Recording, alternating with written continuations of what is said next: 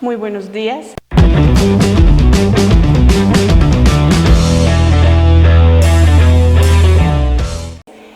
Bueno, queridas estudiantes, dentro de todo nuestro tema que hemos tratado, que es la psicología infantil, hemos pasado por diferentes temas que nos dan a entender todo el proceso de la infancia. Empezamos en primer lugar por conocer qué autores, qué filósofos hablaban sobre lo que era infancia, qué perspectiva tenían ellos frente al concepto infancia y de igual forma esa historia que marcó el proceso de la infancia, ¿sí? Entonces nos remontamos hacia unos siglos atrás donde observamos cómo eran los niños, cómo eran tratados en esa historia, ¿listo? Entonces fueron diferentes procesos, diferentes puntos de vista que nos dieron a nosotros a entender cómo es esa infancia, cómo ha sido esa infancia, cómo ha sido marcada en la historia, ¿listo? En el video anterior tuve la oportunidad de comentarles acerca de algunos autores que hablan sobre las teorías del desarrollo infantil. Entonces, este recorderis que les hago es para ponernos en la situación de lo que estamos tratando hasta el momento. Entonces, hemos tratado el tema de la infancia, su historia, los autores, cómo ellos veían esa infancia, ¿listo? Ahora vamos a pasar a todo lo referente a esas teorías, ¿sí? Esas teorías que sustentan cómo es el desarrollo del infante. Entonces ya en el video pasado hablamos del señor Jean Piaget, hablamos de diferentes autores también, tratamos dos autores, ¿listo? En este momento vamos a hablar de otras teorías que sustentan esa infancia. Entonces hoy vamos a hablar de la teoría del desarrollo del señor Arnold Hessel.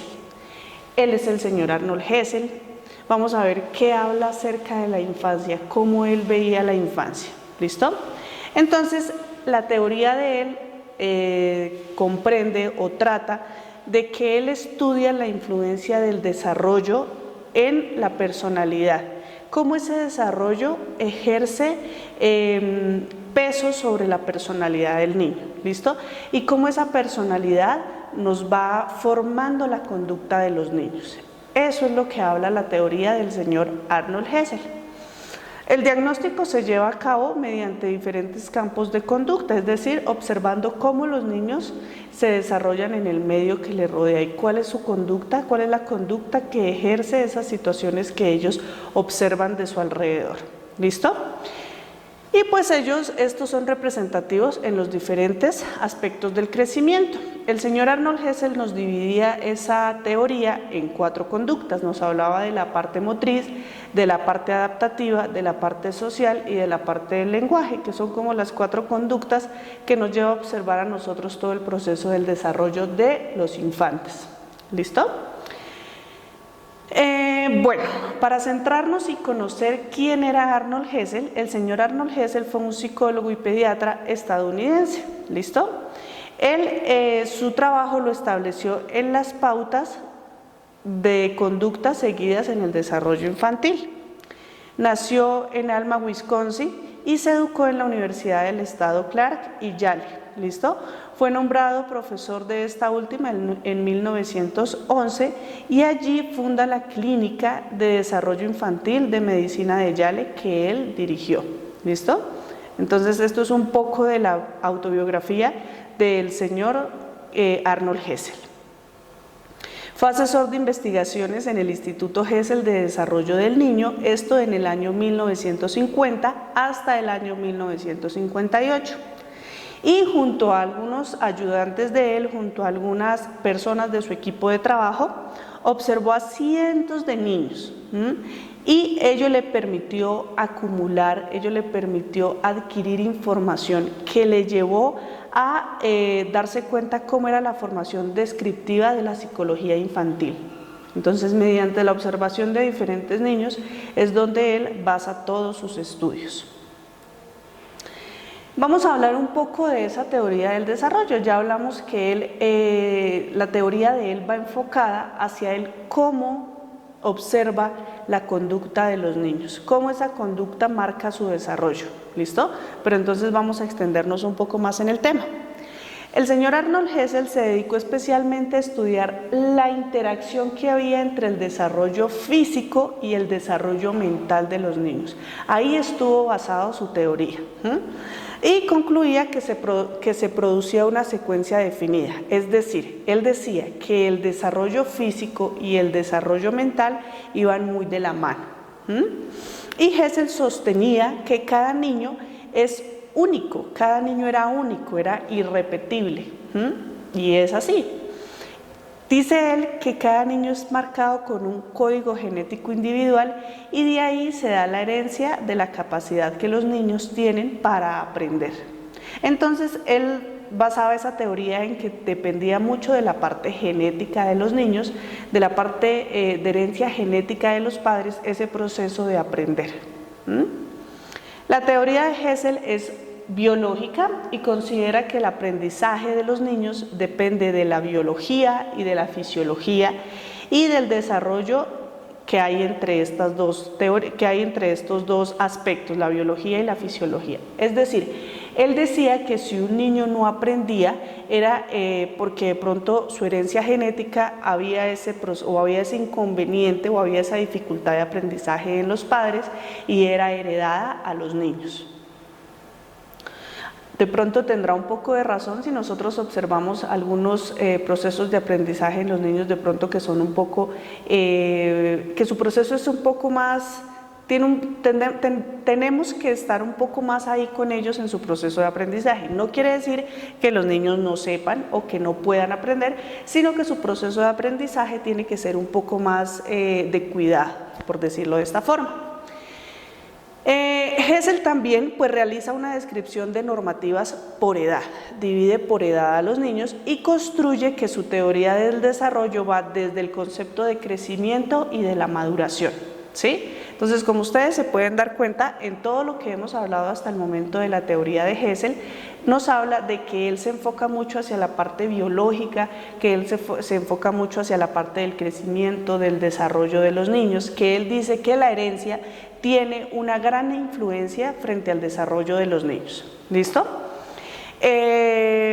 Pues que está sujeto a las leyes biológicas y es producto del proceso de maduración, concebida como un factor estabilizador intrínseco. ¿Qué quiere decir? Que viene de los niños, que son conductas que están dentro de los niños. ¿Listo? Y esas conductas pues se dan de acuerdo a todo su factor genético, de acuerdo a todo el factor de herencia. Aquí vamos a hablar sobre unos puntos específicos para que nos queden muy claros frente a la teoría de maduración de Arnold Hessel, ¿sí? Él da un aporte importante frente al énfasis en el papel activo del sistema biológico, ¿sí? Lo que hemos hablado hasta el momento, toda la parte de factor genético. El perfil de comportamiento o de madurez, los rasgos de madurez, 4 esferas, la conducta motriz, conducta adaptativa, conducta del lenguaje y conducta personal y social. ¿Listo? Eso es la teoría del señor Arnold Hessel, para que no se nos olvide. Ahora vamos a hablar de la teoría psicosexual de Sigmund Freud. Vamos a ver qué decía el señor Sigmund Freud frente a su teoría psicosexual. Y esta parte pues es muy importante porque es que cuando nosotros estamos en el campo laboral, cuando nosotros estamos con los niños en el aula, observamos diferentes conductas de ellos, ¿sí? Observamos que los niños hacen cosas que nosotros decimos, bueno, ¿y esto a qué corresponde? Entonces, esas conductas que nosotros vemos en los niños, hoy vamos a conocer por qué pasan, por qué los niños actúan de esa manera, porque tiene que haber un porqué y tiene que haber una base de ese comportamiento. Entonces vamos a saber cuáles son esa teoría de la cual nos habla el señor Sigmund Freud. ¿Listo? El señor Sigmund Freud, en su teoría psicosexual, dice que los factores biológicos están innatos. Subraya la importancia de la maduración física y de la interacción social del niño con las personas que lo rodean. Dice que las motivaciones y conductas naturales son espontáneas en el niño.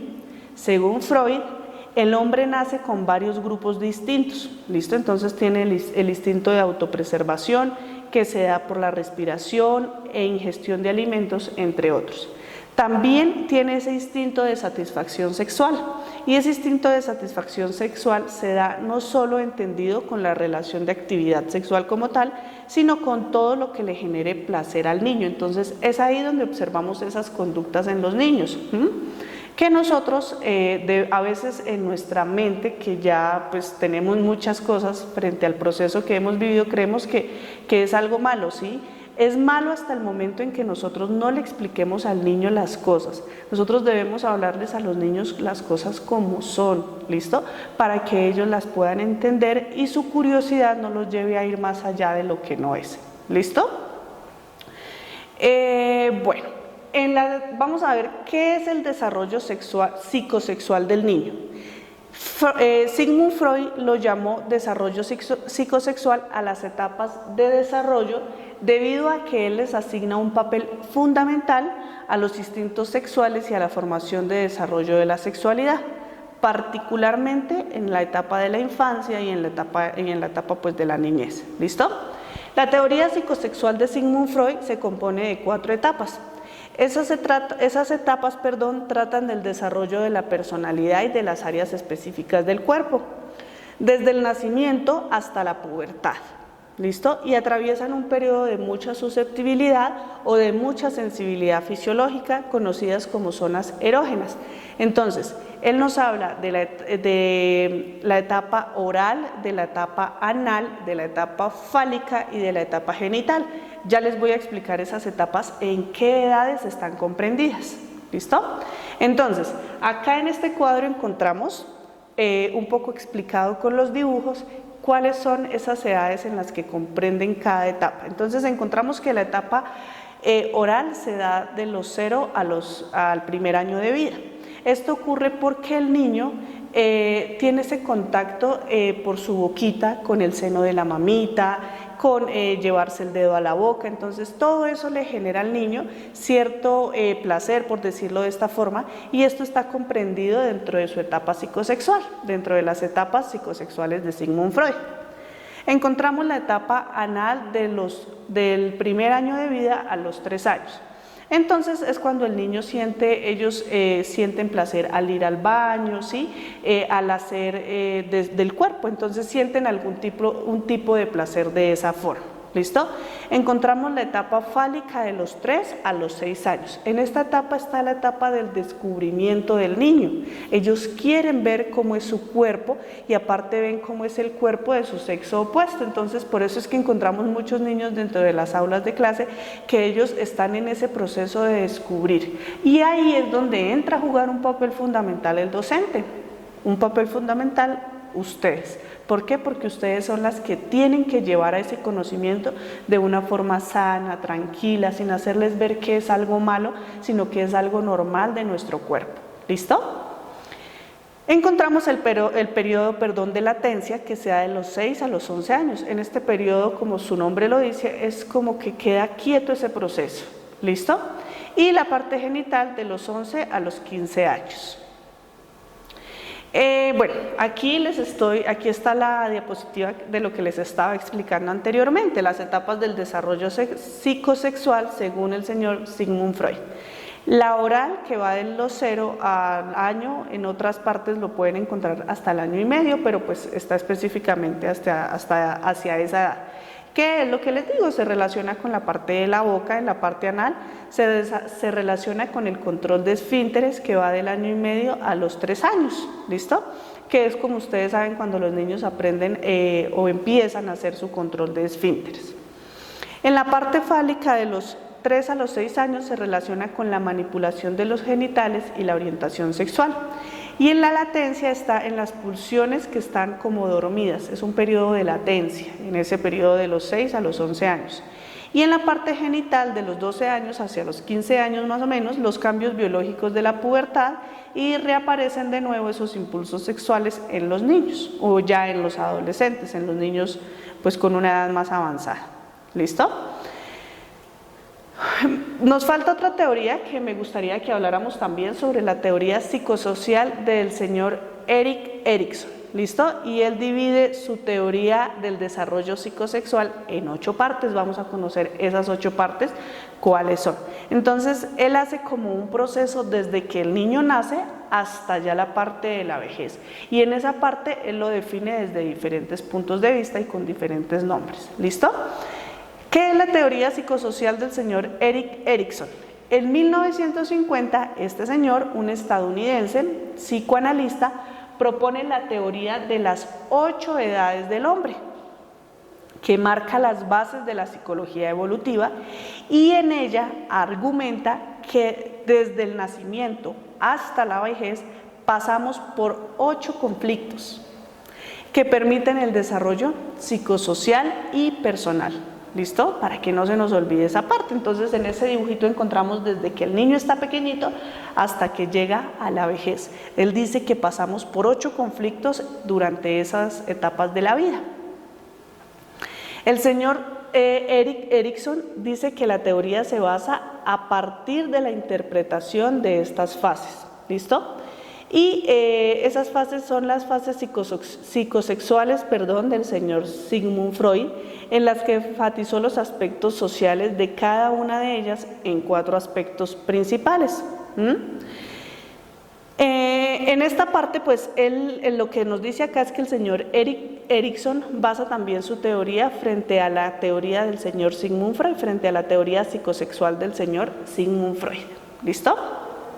Aquí tenemos las etapas del desarrollo psicosocial y rápidamente se las voy a explicar para que la tengamos en cuenta. Entonces, encontramos el infante, el niño o niña, el preescolar, el estudiante, el adolescente, el adulto joven, el adulto mediana edad y el adulto mayor. Así nos describe sus etapas del desarrollo psicosocial según el señor Erik Erikson. Pero entonces, esas etapas él las menciona de la siguiente forma, que es las que encontramos al lado en forma de escalera. Está la confianza versus desconfianza. Está la autonomía versus vergüenza y duda. Se las estoy nombrando de acuerdo a como se las mencioné anteriormente. El infante, el niño y así sucesivamente. La iniciativa versus la culpa, la laboriosidad versus la inferioridad, la identidad versus confusión de roles, la intimidad versus el aislamiento, la generatividad versus estancamiento y la integridad versus desesperación. Entonces, como que va aumentando esa complejidad, ¿sí? Según la misma escalera, como nos la describe ahí, va aumentando en complejidad cada una de estas etapas según los 8 conflictos que vive el ser humano en esas etapas de la vida. Entonces, chicas, hoy trabajamos las 3 etapas, la etapa psicosexual del señor Sigmund Freud, la teoría del desarrollo del señor Arnold Hessel y la teoría psicosocial del señor Erik Erikson. Este ha sido nuestro tema del día de hoy. Nos faltan todavía 2 teorías que vamos a tratar en el próximo tema. Cualquier duda, cualquier inquietud que tengan, ya saben que con gusto estoy atenta a resolverlas y recuerden que dentro del enlace que les dejo también les dejaré sus diapositivas para que podamos comprender el tema. Me alegró hacer este video para ustedes. Éxitos y bendiciones.